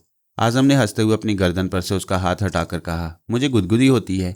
वह हैरानी से बोली, तुमने मास्क नहीं पहना है, तुम बिल्कुल फरहाद हो, मगर तुम्हारे बदन की मखसूस भूख कैसे ख़त्म हो गई? भूख? आज़म ने हैरानी से पूछा, क्या तुम शिकारी कुत्तों की तरह भू सूंघती हो? Shut up. वह फिर टटोलती हुई नज़रों से उसे देखने लगी। तुम्हें इस जहाज़ में कौन लाया है? एक लड़की, वो भी तुम्हारी तरह मुझे फरहाद कहती है, मुझसे इश्क करती है। सोनिया चौंक कर बोली, तुमसे इश्क करती है? कौन है वो? आज़म अपनी पेशानी पर हाथ रखकर सोचने लगा। हाँ, याद आया, उसने अपना नाम रोमाना बताया है। एकदम से सोनिया के कानों में खतरे की घंटी बजने लगी। वह सर से पांव तक तन गई, चारों तरफ देखने लगी। रोमाना नजर नहीं आई, मगर जहाज में उसके वजूद का पता मिल गया। वह जरा सर उठाकर सूंघने लगी। यूं तो वह बहुत पहले रोमाना की बू पा सकती थी, लेकिन वह जानवरों की तरह हमेशा मखसूस अंदाज में सूंघने की आदी नहीं थी। खास मौका पर खास तौर से किसी की बू पा लेती थी। उसने नथने फैलाकर बू सूंघने के बाद एक सिमत उंगली उठाकर बुलंद आवाज में कहा, रोमाना, तुम उधर हो, तुम मुझसे छुप नहीं सकोगी, सामने आ जाओ। डाइनिंग हॉल में सन्नाटा छा गया। सब लोग सोनिया को सवालिया नजरों से देख रहे थे। उसकी उंगली एक सिमत से दूसरी सिमत जा रही थी। इसका मतलब ये था कि रोमाना अपनी जगह बदल रही है, किसी दूसरी तरफ जा रही है। सोनिया तेजी से चलती हुई डाइनिंग हॉल से बाहर आ गई। आजम भी उसके पीछे था। डाइनिंग हॉल के बाहर ड्रागून खड़ा था। उसने भी सोनिया के साथ चलते हुए पूछा, मादाम आप कहाँ जा रही हैं? अपने कैबिन में, क्योंकि मेरी दुश्मन मुसल्ला है। आप देखे बगैर कैसे कह सकती हैं? मुझे उस लड़की के साथ बारूद की बू भी मिल रही है। यकीनन उसके पास रिवॉल्वर है। एक बार मैंने रिवॉल्वर दिखाया था। अब वो इधर आ रही है। सोनिया चलते चलते रुक गई, फिर ये कहती हुई रास्ता बदल दिया कि वो उधर से इधर आ रही है। ड्रागून और आजम खड़े रहे, फिर दूसरी तरफ जाकर नजरों से ओझल हो गई। चंद लम्हों बाद रोमाना वहां पहुंच गई। वहां उसके हाथ में रिवॉल्वर था। उसने पूछा, पप्पा वो किधर गई है? ड्रागून ने शदीद हैरानी से कहा, बेटी मैंने 50 बरस की जिंदगी में ऐसी बला देखी ना सुनी। वो तुम्हें देखे बगैर समझ लेती है कि तुम कहाँ और किधर से आ रही हो। और उसने वाकई दुरुस्त कहा था कि तुम्हारे पास रिवॉल्वर है। उसे बारूद की बू मिल रही थी। तब रोमाना को याद आया कि एक बार इस्तांबुल में वो मास्टरों की तंजीम वालों के हत्थे चढ़ गई थी। वहीं पहली बार उसे मालूम हुआ कि फरहाद टेलीपैथी जानता है और सोनिया सूंघने की हैरत अंगेज हिस्स रखती है। आजम ने कहा, वो मुझे सूंघकर कह रही थी मेरे जिस्म से फरहाद की बू नहीं मिल रही। रोमाना परेशान होकर बोली, क्या उसने तुम्हें फरहाद तस्लीम करने से इनकार कर दिया है? इनकार तो नहीं किया है, लेकिन उससे शुबा हो रहा है। वो जरा मुतमईन होकर बोली, फिर तो कोई बात नहीं। सिर्फ फरहाद की बू ना मिलने से वो जरा शुबा तो करेगी, मगर तुम्हारे साथ जरूर लगी रहेगी ताकि तुम मुझ में दिलचस्पी ना ले सको। फिर वो इधर उधर देखते हुए बोली, वो किस तरफ गई है? अपने कैबिन में। रोमाना ने कहा, तुम लोग ठहरो, मैं अभी आती हूँ। वह तेजी से चलती हुई कैबिनों के दरमियान एक राहदारी में आई। सोनिया के कैबिन का दरवाज़ा बंद था। वो सोचने लगी, वो मेरी बू से समझ रही होगी कि मैं दरवाजे तक पहुंच गई हूँ। क्या वो मेरे रिवॉल्वर के सामने आने के लिए कैबिन में इत्मीनान से बैठी होगी? नहीं, वो नादान नहीं है। कहीं दूसरी जगह मेरी ताक में होगी, लेकिन अंदर जाकर देख लेने में क्या हर्ज है। वो बुलंद आवाज में बोली, सोनिया बदतरीन दुश्मनों की तरह मिलने का वक्त आ पहुंचा है, बाहर आ जाओ। अंदर से कोई जवाब न मिला। वह दरवाजे को आहिस्तगी से खोलकर मोहतात अंदाज में अंदर आ गई। कैबिन खाली था। फिर वो बाथरूम की तरफ बढ़ी। उसी वक्त खटाक की जोरदार आवाज़ सुनाई दी। वो उछल पड़ी। कैबिन का दरवाज़ा बंद हो गया था। बाहर से सोनिया की आवाज़ सुनाई दी, बेबी कैबिन में आराम करो, मेरी मर्जी के बगैर तुम बाहर नहीं आ सकोगी। रोमाना दरवाजे को पीटते हुए बोली, चुड़ैल दरवाज़ा खोल दे। तूने ये दूसरी बार मक्कारी से मुझे बेबस किया है। तुझ में हिम्मत है तो मुझसे दो दो हाथ कर ले। तेरी यह हसरत ज़रूर पूरी करूंगी, मगर अभी नहीं। अभी मैं फरहाद की याददाश्त वापस लाने की कोशिश करूंगी। हाँ, ये तो मैं भूल ही गई। ये बताओ, फरहाद तुम्हें कहाँ मिला था? पहले दरवाज़ा खोलो। देखो, मैं फरहाद के लिए परेशान हूँ। उसके मुतल्लिक कुछ मालूम करने के लिए दरवाज़ा ज़रूर खोलूंगी, लेकिन ये जो फरहाद है ना। उसने बात अधूरी छोड़ दी। रोमाना ने बेचैनी से पूछा, हाँ क्या हुआ, तुम चुप क्यों हो गई? सोनिया ने आहिस्तगी से कहा, मैं ज़ोर से नहीं बोल सकती, बात ही कुछ ऐसी है। आहिस्तगी से बोल रही हूँ, गौर से सुनो। रोमाना गौर से सुनने के लिए दरवाजे से लग गई। सोनिया ने गहरा सांस लेकर मालूम कर लिया कि शिकार बिल्कुल करीब आ गया है, निशाना खाली नहीं जाएगा। उसने बड़ी फुर्ती से लॉक में चाबी घुमाकर दरवाजे पर एक जोर की लात मारी। रोमाना की चीख सुनाई दी। खुलने वाले दरवाजे से नजर आया वो कैबिन के अंदर दूर जाकर गिर पड़ी थी। रिवॉल्वर उसके हाथ से छूट गया।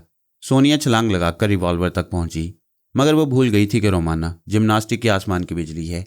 आसमान से आने वाली बिजली को बहुत कम जमीन पर गिरते देखा गया है। रोमाना की बरकर रफ्तारी से भी पता नहीं चलता था कि कब गिरती और कब संभलती है। सोनिया रिवॉल्वर उठाने के लिए झुकी तो उसके मुंह पर एक ठोकर पड़ी। वो कराती हुई सीधी हुई। रोमाना ने घूमकर दूसरी लात मारी। सोनिया लड़खड़ाती हुई पीछे दीवार से लग गई। दीवार से लगकर उसने नाक साफ की, क्योंकि वहां से लहू बह रहा था। रोमाना का स्टार्टिंग पॉइंट यही होता है, पहले ही हल्ले में मुकाबिल की नाक से लहू के आंसू टपकती हैं। वह दोनों हाथ कमर पर रखती हुई बोली, सोनिया फरहाद को मुझसे जुदा करने वाली चुड़ैल, मैंने पहले ही कह दिया था कि आइंदा जिंदगी के किसी मोड़ पर हमारी मुलाकात बदतरीन दुश्मनों की तरह होगी। वो दोनों एक दूसरे के मुकाबिल खड़ी हुई थीं। उनके दरमियान तकरीबन 6 फुट का फासला था। सोनिया ने उल्टी हथेली से अपनी नाक से बहते हुए लहू को पूंछा, फिर रिवॉल्वर की जानिब देखा जो रोमाना के कदमों में पड़ा था। उसे मानना पड़ा कि रोमाना बिजली है, उसे रिवॉल्वर तक पहुंचने का मौका नहीं देगी। रोमाना मुस्कुराई, फिर उसने रिवॉल्वर को हल्की सी ठोकर मारकर उसे सोनिया के पास पहुंचा दिया।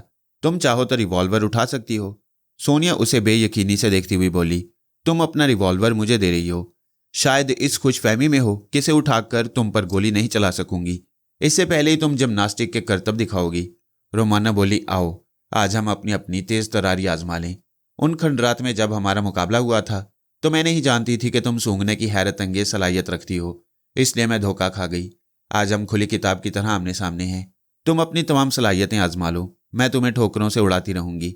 सोनिया ने दांत पर दांत जमाकर उसे देखा, फिर कैबिन की दीवार से लगकर आहिस्ता आहिस्ता बैठने लगी। अपने कदमों के पास पड़े हुए रिवॉल्वर को उठाने का इरादा था। दूसरी तरफ से रोमाना किसी भी लम्हा मुंह मोड़कर हमला कर सकती थी, इसलिए वह रोमाना को मुसलसल घूरती जा रही थी और अपना हाथ रिवॉल्वर की जानिब बढ़ाती जा रही थी। बड़ी ही सनसनीखेज सिचुएशन थी। उस खामोश कैबिन में अचानक ही क़यामत का टकराव होने वाला था। चंद लम्हे बाद सोनिया ने अपना एक घुटना फर्श पर टेक दिया। रोमाना ने फिर भी अपनी जगह से हरकत नहीं की। उसकी खामोशी ने और ज्यादा सस्पेंस और दहशत पैदा कर दी थी कि पता नहीं किस लम्हा वो बिजली चमकेगी। सोनिया का एक हाथ रिवॉल्वर तक पहुंच गया। रोमाना पहले पत्थर के मुजस्मा की तरह साकित थी, फिर उसमें हल्की सी जुम्बिश पैदा हुई। वो जरा सी तन गई, जैसे करतब दिखाने से पहले बदन को खींच रही हो। सोनिया की सारी तवज्जो उस पर थी। उसने रिवॉल्वर की नाल को चुटकी से पकड़कर उठा लिया। रिवॉल्वर को कभी नाल की तरफ से पकड़कर फायरिंग नहीं की जाती, लिहाजा अभी गोली नहीं चल सकती थी। सोनिया अचानक ही फर्श पर से उछलकर बर्थ पर बैठ गई। इस दौरान रिवॉल्वर सीधा होकर उसकी गिरफ्त में आ गया। वो गुर्रा कर बोली, अब तुम्हारी फुर्ती काम ना आ सकेगी। रोमाना ने पूछा, क्या मुझे गोली मार दोगी? वो एक गहरी सांस लेकर बोली, मारना होता तो तुम्हें उस खंडर में हमेशा के लिए सुला देती, लेकिन फरहाद किसी न किसी दिन मुझसे तुम्हारी जिंदगी का हिसाब तलब करेगा। रोमाना ने कहा, मुझे भी इसी बात का डर है। तुमने खंडरात में रिवॉल्वर से फायरिंग करके सिर्फ धमकी दी थी, आज मैंने उसका बदला ले लिया। मैं भी अब तक तुम्हारे दिल में दहशत तारी कर रही थी। रिवॉल्वर फेंक दो, वो खाली है। सोनिया ने बुरी तरह झिल्लाते हुए रिवॉल्वर खींच कर मारा। अभी तक तुम मुझे बेवकूफ़ बना रही थी। रोमाना एक तरफ हट गई, रिवॉल्वर दूसरी तरफ चला गया। वो बोली, इसमें एक गोली थी। मैंने अर्शा पर एक परिंदे का निशाना लिया था, फिर इसे अपने पास रख लिया। यही वजह है कि तुम्हें बारूद की बू मिल रही थी। सोनिया उसे घूर कर देख रही थी, फिर अचानक ही मुस्कुराने लगी। आहिस्तगी से बोली, मुझे गुस्सा नहीं करना चाहिए। वाकई मैंने तुम्हें धमकी दी थी, आज तुमने बदला ले लिया। चलो हिसाब बराबर हो गया। अरे तुम तो गिरगिट की तरह रंग बदलती हो। इतनी जल्दी मुस्कुराने भी लगी। हिसाब भी बराबर समझ लिया। इसके सिवा चारा भी क्या है? हम एक दूसरे को कत्ल नहीं कर सकते, सिर्फ नुकसान पहुंचा सकते हैं। नुकसान यही कि हम में से कोई किसी को फरहाद के रास्ते से हटा देगी। हाँ, यही बात है। देखो रोमाना, मैंने चुपचाप अपनी नाक से लहू पहुंच लिया। तुम पर जवाबी हमला नहीं कर रही। जानती हो क्यों? रोमाना उसे सवालिया नजरों से देखने लगी। सोनिया ने कहा, इसलिए कि जिस फरहाद के लिए हमारी जंग जारी है वो खुद को भुला बैठा है। सुपर मास्टर के आदमी किसी वक्त भी यहां पहुंचकर उसकी जान के दुश्मन बन सकते हैं। ऐसे वक्त हम दोनों का फर्ज है कि उसकी हिफाजत की तदबीर करें। रोमाना उसे लड़ने के अंदाज में बहस कर सकती थी, मगर ये सुलह सफाई का अच्छा मौका था। वो सोनिया को फरहाद की राह से हटाकर आजम की राह पर लगा सकती थी। उसने नरमी से कहा, तुम माकूल बात कह रही हो। फरहाद हम दोनों की ख्वाहिशात से ज्यादा अहम है। शाबाश, सोनिया ने कहा। इस वक्त हमें अपनी खुदगर्जी को बालाए ताक रखकर सिर्फ अपना फर्ज अदा करना होगा। मुझे बताओ कि फरहाद तुम्हें कहाँ मिला था? पहले तुम बताओ, तुमने मुझे खंडरात से भगा दिया था, क्या वहां फरहाद तुम्हें मिल गया था? हाँ, मैं उसे लेकर इस्तांबुल गई थी। वहां हम कमाल पाशा की दोस्ती के फ्रेम में आ गए। उसने हमें ख्वाब आवर कॉफ़ी पिला दी। उससे पहले रसवंती ने पता नहीं कैसी जड़ी बूटियों का अरक पिलाया। उसका दिमाग पहले ही कमज़ोर हो चुका था। ख्वाब आवर कॉफ़ी ने भी अपना कुछ असर दिखाया है, इसीलिए मुकम्मल याददाश्त गुम हो गई है। लेकिन यह समझ में नहीं आता कि उसके बदन की भूख कैसे बदल गई है। रोमाना भू के मौजू पर बहस करके सोनिया के शुबा को तकवैयत नहीं पहुंचाना चाहती थी।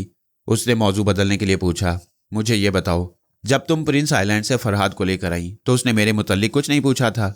सोनिया जरा हिचकिचाई, फिर बोली, पूछा था। मैंने कह दिया कि तुम अंधे कुएं में गिर पड़ी हो। क्या फरहाद ने यकीन कर लिया था? हाँ, वो कुएं में झांक कर तुम्हें आवाज़ें देता रहा, लेकिन उसकी अंधी गहराई में गिरने वाले ना तो नजर आते हैं और ना आवाज़ें देने के काबिल रहते हैं। मैं बड़ी मुश्किलों से उसे समझा बुझा कर वहां से ले आई। वो मुझ पर शुबा कर रहा था कि मैंने तुम्हें मार डाला है। बहरहाल अब इस जिक्र से क्या फ़ायदा? बहुत फ़ायदा है। मैं तुम्हारी मक्कारियों को समझ रही हूँ। तुमने ये नहीं सोचा कि वो दोबारा टेलीपैथी का इल्म हासिल करेगा तो तुम्हारे झूठ और फरेब से नफरत करेगा। मैंने फैसला कर लिया था कि उसे ये इल्म दोबारा हासिल नहीं करने दूंगी। इसी इल्म के बायस वो बार बार मेरे हाथों से निकल जाता है। तुम बहुत ही खुदगर्ज हो। हर औरत अपने मर्द को अपनी ज़ात तक महदूद रखने के लिए खुदगर्ज बन जाती है, ख्वाह उस मर्द की जान पर क्यों ना बन जाए। अगर तुम टेलीपैथी का इल्म हासिल करने के मौके फराहम करती तो आज फरहाद अपनी याददाश्त खोकर ऐसा बेदस्तोपा नजर न आता। सोनिया चुप रही। वो अपनी गलती महसूस कर रही थी, मगर इस बहस को तूल नहीं देना चाहती थी। उसने कहा, जो होना था वो हो चुका।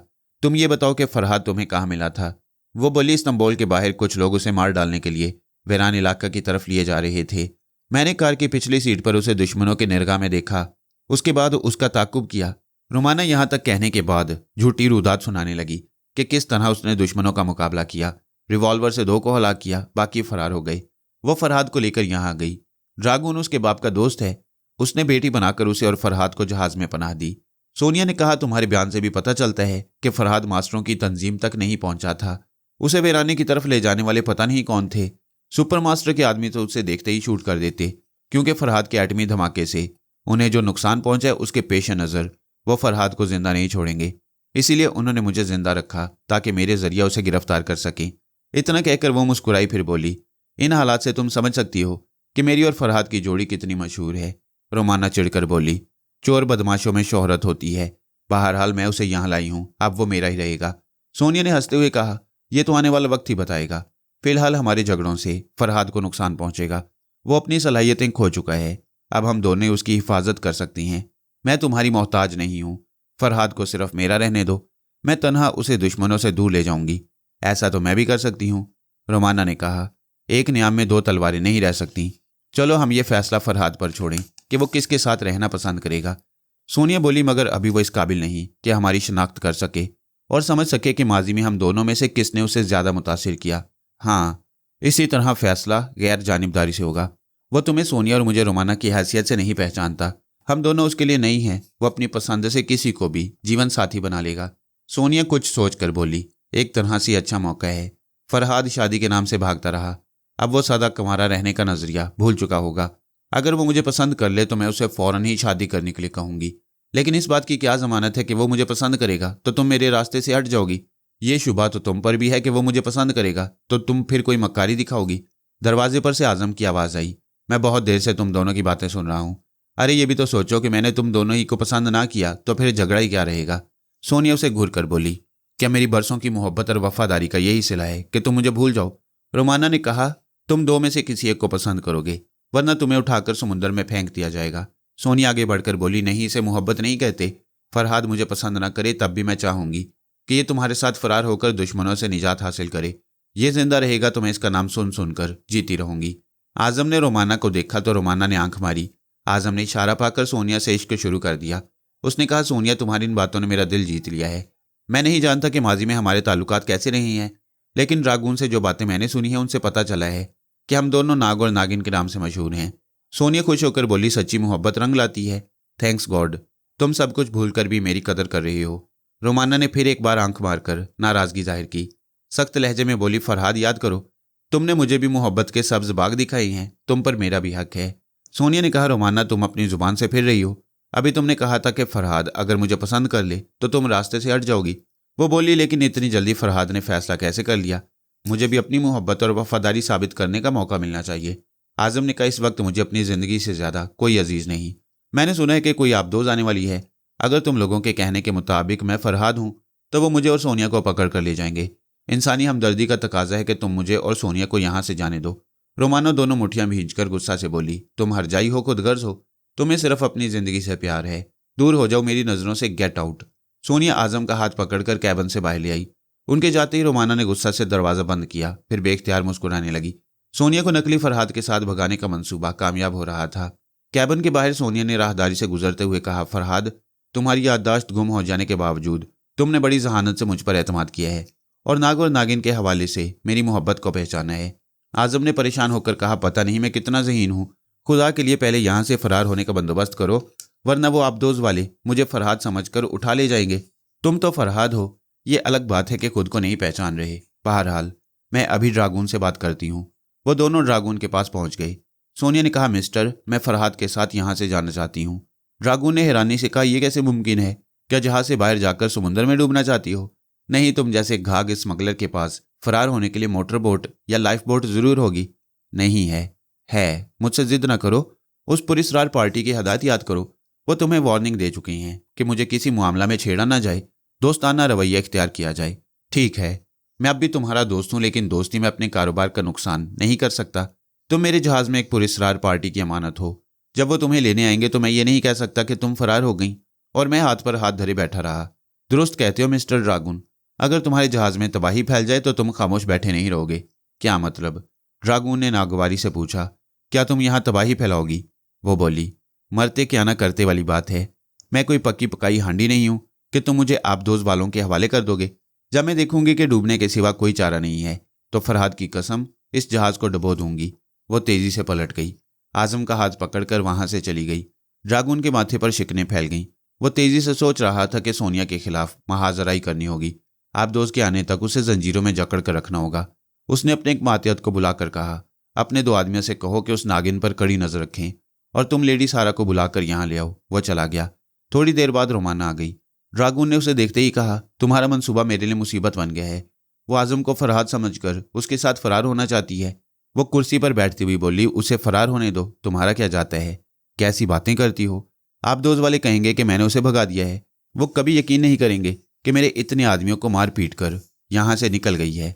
पप्पा वो यकीन कर लेंगे, क्योंकि जिस तंजीम के लोग पकड़ने आ रहे हैं उनके अहम तरीन आदमी सोनिया और फरहाद के हाथों मारे गए हैं। वो यकीन कर लेंगे। नहीं सारा, तुम सोनिया को असल फरहाद के रास्ते से दूर भगाने के लिए ऐसा कह रही हो। मैं इसलिए भी कह रही हूँ कि यह जहाज सोनिया के हाथों तबाही से महफूज रहेगा। वो दांत पीस कर बोला, मैं अच्छे अच्छे बदमाशों को उठाकर समुद्र में फेंक चुका हूँ। तुम सोनिया को रास्ते से हटाना ही चाहती हो तो वो हमारे हाथों समुद्र की तह में जाएगी।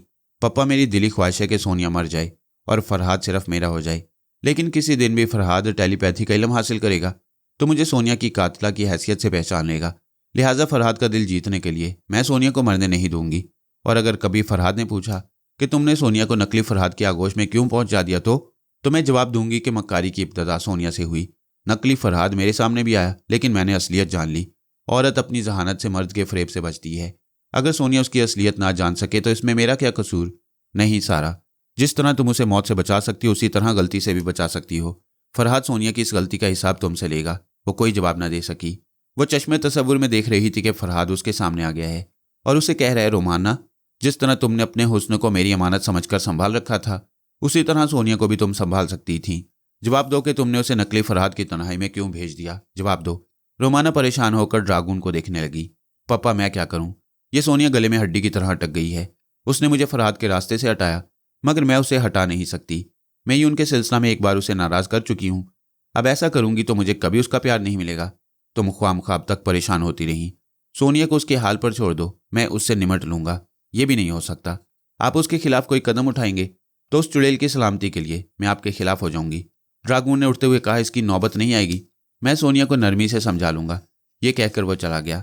रोमाना भी वहां से उठना चाहती थी। इतने में सोनिया और आजम आ गए। वो बोली, सोनिया यहाँ बैठो, मैं एक अहम बात करना चाहती हूँ। सोनिया और आजम बैठ गए। सोनिया ने कहा, बात करो मगर मक्कारी की नहीं। मैं अब तक मक्कारी से पेश आ रही थी, मगर अब संजीदगी से कह रही हूँ कि यह फरहाद नहीं, इसका नाम आजम है। सोनिया ने एक जोर का कहका लगाया, मैं पहले ही समझ गई थी कि तुम कोई नई चाल चलोगी। मैं सच कह रही हूँ, क्या तुम बू से नहीं पहचान सकती? बेशक मुझे किसी हद तक शुबा है, लेकिन बू वक्ती तौर पर बदलती है। बहुत पहले की बात है, मैं मास्टर यूशे के साथ फरहाद को शिकार करने के लिए पाकिस्तान गई थी। मैं उसकी बू पाकर मास्टर यूशे को उसकी राह पर लगाना चाहती थी, लेकिन उसने अपने बचाव का अजीब तरीका इख्तियार किया। अपने बदन पर खुशबू छिड़कने लगा। तेज खुशबू के बायस उसकी अपनी मखसूस बू छुप गई। मैं उसे तलाश करने में नाकाम रही।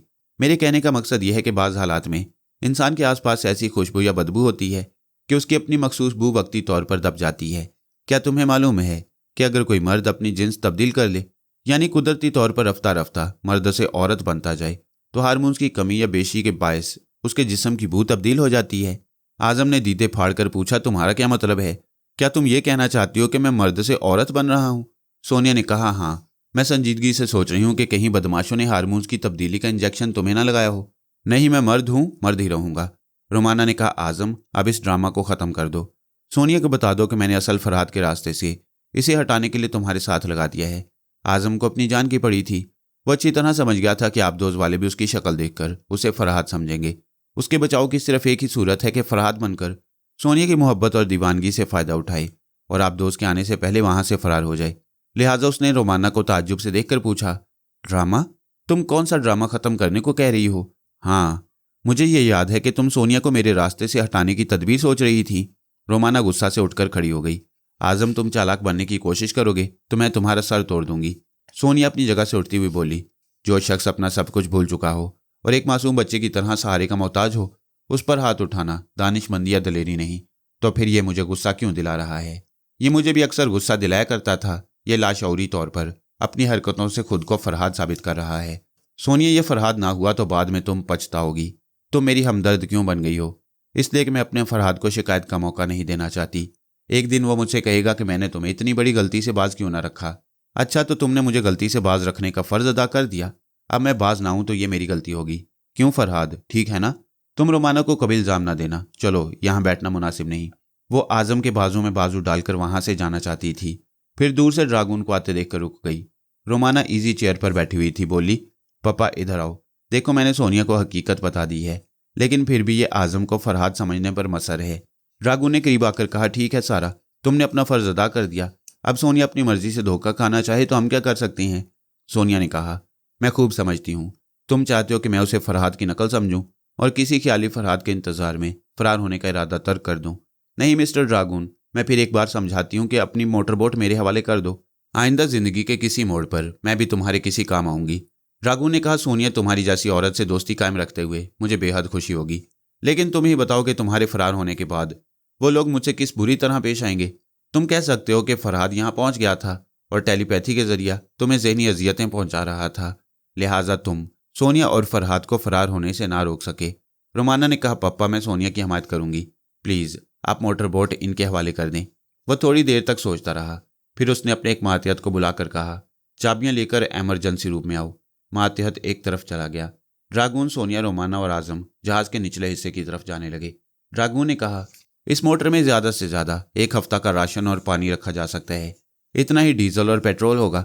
मोटर बोट में कुतुबनुमा और नक्शा मौजूद है। अगर 1 हफ्ता के अंदर तुम दोनों खुशकी तक ना पहुंच सकोगे तो फिर इस समुद्र में भूखे प्यासे मरने की नौबत आ जाएगी। सोनिया ने कहा, कोई बात नहीं, हम 1 हफ्ता तक तो जिंदा रहेंगे। वो जहाज के बड़े बड़े इंजनों की तरफ से गुजरते हुए एक दरवाजे के सामने पहुंचे जिस पर इमरजेंसी एग्जिट लिखा हुआ था। ड्रागून का मातहत चाबियां लेकर आ गया।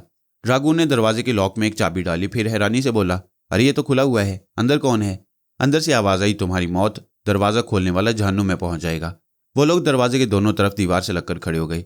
सोनिया ने ड्रागून को घूरते हुए पूछा, मुझे रोकने के लिए तुम कोई चाल तो नहीं चल रहे? वो नागवारी से बोला, तुम्हारे शक व शुबा का मेरे पास कोई इलाज नहीं।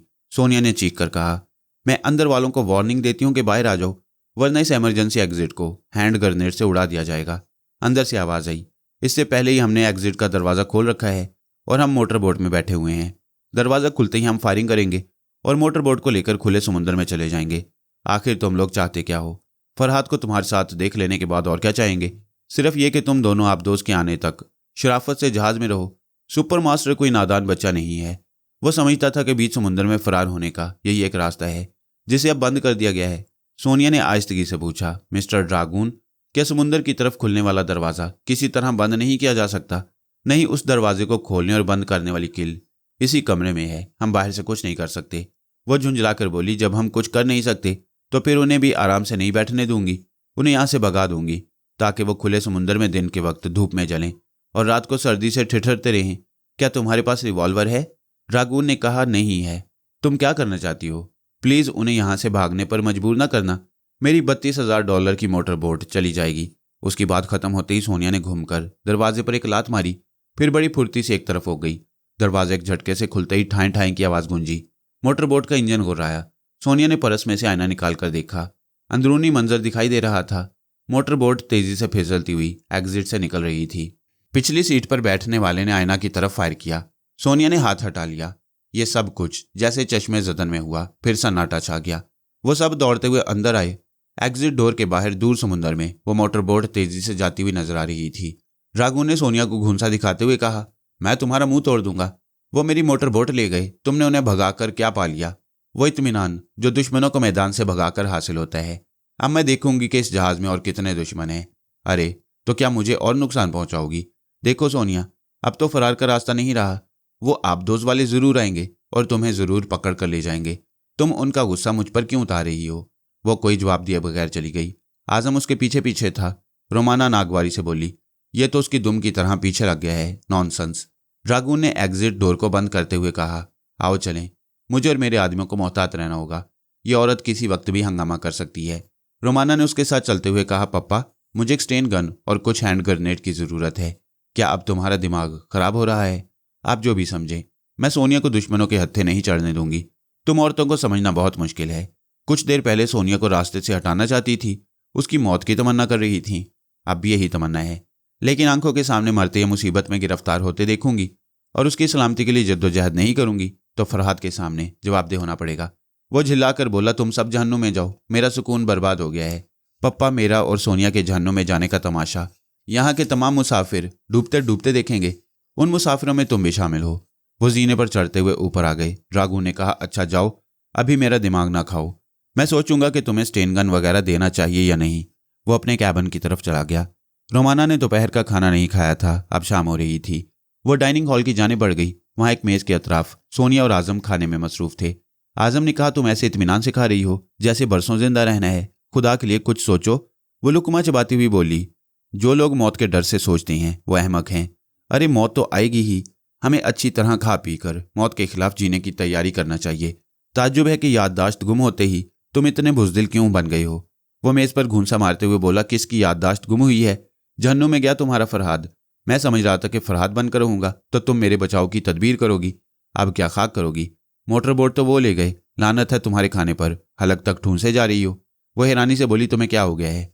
मुझे फरहाद हो गया है। नहीं, पहले फरहाद हुआ था, अब आजम हो गया है। मैं पीना चाहता हूँ, मरने से पहले इतनी शराब पीऊंगा कि मौत का चेहरा नजर नहीं आएगा।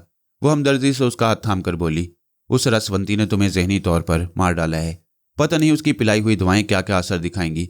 मुझे डर है कि तुम पागल ना हो जाओ। वो हाथ झटक कर खड़ा हो गया। हाँ, मैं पागल हूँ। मुझे तो उसी वक्त पागल हो जाना था जब मैं ये सूरत लेकर पैदा हुआ था। यहाँ तो कोई मुझे आजम नहीं समझेगा। हाय शबाना, देखो मैं तुमसे बिछड़कर कैसे मौत के मुंह में जाने वाला हूँ। ये तुम किस शबाना को पुकार रहे हो? अपनी बीवी को। तुम कौन होती हो पूछने वाली? शबाना। सोनिया उठकर खड़ी हो गई। अरे क्या तुम सचमुच पागल हो गए हो? इतने में रोमाना वहां पहुंच गई। उसने कहा, यह पागल नहीं है। उसने मुझे बताया था कि इसका नाम आजम है और ये इस्तांबुल में अपनी बीवी शबाना से बिछड़ गया है। सोनिया ने नागवारी से पूछा, क्या तुम फरहाद के पागलपन से फायदा उठाकर मुझे अहमक बनाना चाहती हो? ये फरहाद है ही नहीं, अभी पता चल जाएगा। रोमाना ने पतलून की जेब से चंद डॉलर निकालकर आजम को देते हुए कहा, जाओ पियो और मौज करो। आजम वो चंद नोट लेकर दौड़ता हुआ काउंटर पर गया। सोनिया हैरानी से देख रही थी। काउंटर पर पहला पैग मिलते ही आजम ने एक आदी शराबी की तरह एक ही सांस में सारी विस्की हलक से उतार ली। फिर वो काउंटर पर शीशे के जाम को पटक कर बोला, क्या मुझे बच्चा समझकर एक बूंद पिलाते हो? बोतल पिलाओ। मैं सोनिया को बताऊंगा कि फरहाद के बाप ने भी कभी इतनी न पी होगी। सोनिया गहरी सांस लेकर कुर्सी पर बैठ गई। रोमाना ने उसके सामने बैठते हुए पूछा, अब यकीन आया? हाँ, बहुत पहले फरहाद का ब्रेन वॉश किया गया था। वो अपने आप को भूल गया था, उसके बावजूद उसने शराब नहीं पी थी।